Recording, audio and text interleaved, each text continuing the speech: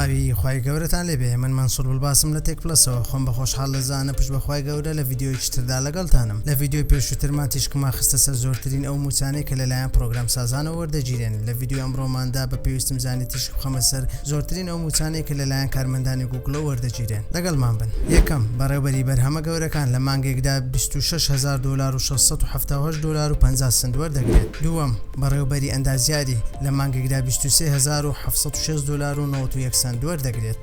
سێیەم بەڕێوەبەری باڵا $22,270.41 وەردەگرێت. چوارەم ئەندازیاری کەشەپێدانی سۆفتوێر لە مانگێکدا $21,871.91 وەردەگرێت.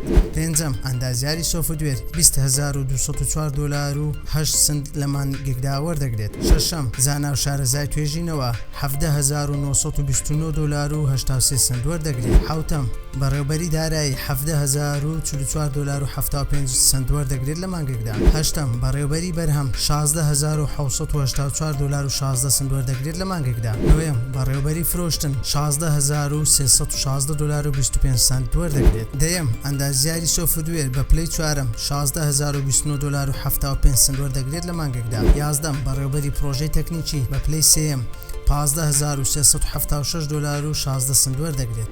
دوازدەم ئەندازیاری متمانە $13,946.66 وەردەگرێت. سێزدەم بەڕێوەبەری بە بازارکردن $13,393.83 وەردەگرێت. چاردەم بەڕێوەبەری پرۆژەی تەکنیکی $13,311.50 وەردەگرێت. پازدەم بەڕێوەبەری گەشەپێدانی بازرگانی $13,291.83 وەردەگرێت. لێرە داهاتینە کۆتایی ڤیدیۆکە لایکی ڤیدیۆکەتان لەبیر نەچێت و شەیری بکەن و کەناڵەکەمان سەبسکرایب بکەن بۆ ئەوەی زۆرترین کەس سوودی لێ ببینێت. خواتان لەگەڵ.